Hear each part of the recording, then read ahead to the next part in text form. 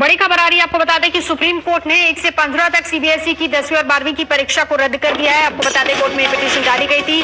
CBSE ने 18 मार्च को 12वीं का एग्जाम टाल दिया था और इसके बाद 12 पेपर 1 से 15 जुलाई के बीच कराने के लिए कहा था। लेकिन फिलहाल कोर्ट में ये पूरा मामला था। 29 सब्जेक्ट थे जिनका एग्जाम होना था, जो एग्जाम नहीं हो पाए थे। और इस बीच खबर आई है कि 10वीं और 12वीं की जो परीक्षा 1 से 15 जुलाई तक होनी थी, वो फिलहाल सुप्रीम कोर्ट के ऑर्डर से रद्द हो गई है। सॉलिसिटर जनरल ने ये फैसला दिया है। संजय शर्मा हमारे साथ इस वक्त जुड़ चुके हैं। संजय, कोर्ट का फैसला क्या है?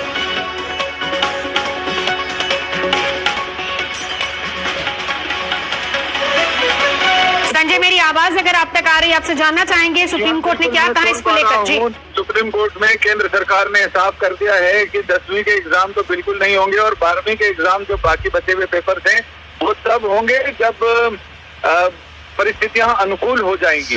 क्योंकि सॉलिसिटर जनरल ने हलफनामा दाखिल करने के साथ ही ये बताया कि महाराष्ट्र, ओडिशा और कई राज्य सरकारों ने पहले ही इम्तिहान ना कराने की अपनी मजबूरियां जता दी हैं। साथ ही ये भी कहा गया कि बहुत सारे स्कूल कोविड केयर सेंटर के रूप में उनका इस्तेमाल हो रहा है। उन्होंने तय किया है कि जब परिस्थितियां अनुकूल होंगी उस समय बाकी बचे हुए पेपर के इम्तिहान होंगे। फिलहाल परीक्षाएं रद्द रहेंगी। जी संजय, क्या जेईई और नीट को लेकर भी सुप्रीम कोर्ट ने कुछ बताया है? एक बार आप प्रश्न दोहरा देंगे? संजय, सवाल मेरा ये है कि इसके अलावा क्या जेईई और नीट को लेकर भी कोई सुप्रीम कोर्ट का फरमान आया है? नहीं, अभी सिर्फ सीबीएसई के इम्तिहान को लेकर मामला था, ये उसी पर बात हुई है। अभी जेईई और नीट पर अभी कोई चर्चा नहीं हुई है। जी, नजर बनाए रखिए। संजय शर्मा हमारे संवाददाता जानकारी दे रहे थे। बड़ी बात, सुप्रीम कोर्ट ने कहा है कि 10वीं की परीक्षा नहीं होगी, 12वीं की जब हालात थोड़े माकूल हो जाएंगे उसके बाद उस पर विचार किया जाएगा। 12वीं की जो परीक्षा होनी थी उस पर अब सॉलिसिटर जनरल ने सुप्रीम कोर्ट में जानकारी दी, जिसके बाद अब कोर्ट का ये फैसला आया है। हालांकि कुछ राज्य पहले से ही, 3 राज्य ऐसे थे जिसमें महाराष्ट्र, दिल्ली और उड़ीसा थे, जिन्होंने कहा था पिछले दिनों मानव संसाधन विकास मंत्रालय को चिट्ठी लिखी थी और कहा था कि परीक्षाएं रद्द कर देनी चाहिए क्योंकि हालात काफी ज्यादा खराब हैं।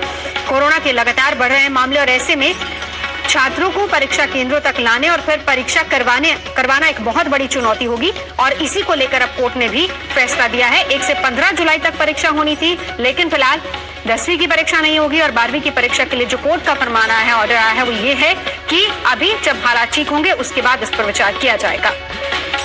12वीं के छात्रों को पिछली परीक्षा के आधार पर ही मूल्यांकन उनका किया जाएगा। संजय शर्मा हमारे साथ एक बार फिर से जुड़ चुके हैं। संजय, कोर्ट ने जब इस बारे में अपनी बात रखी, फैसला सुनाया, तो क्या कुछ कहा कोर्ट ने? जज साहब ने क्या कहा?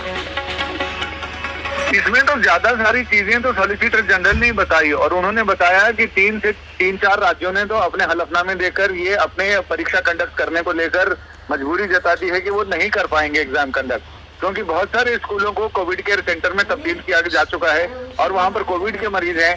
उत्तर पूर्व के छात्रों को एग्जाम के लिए आने में बहुत मुश्किल होगी क्योंकि वहाँ मूसलाधार बारिश का सीजन शुरू हो गया है। लिहाजा ऐसे में बहुत सारे स्कूल ऐसे होंगे जहाँ पर इम्तिहान के सेंटर बनाए जाएंगे। वहाँ पर या तो पानी भरा होगा या फिर व्यवस्था ऐसी नहीं हो पाएगी जिससे कि वहाँ पर शिक्षक भी जा सके, छात्र भी जा सके और इम्तिहान दे सके।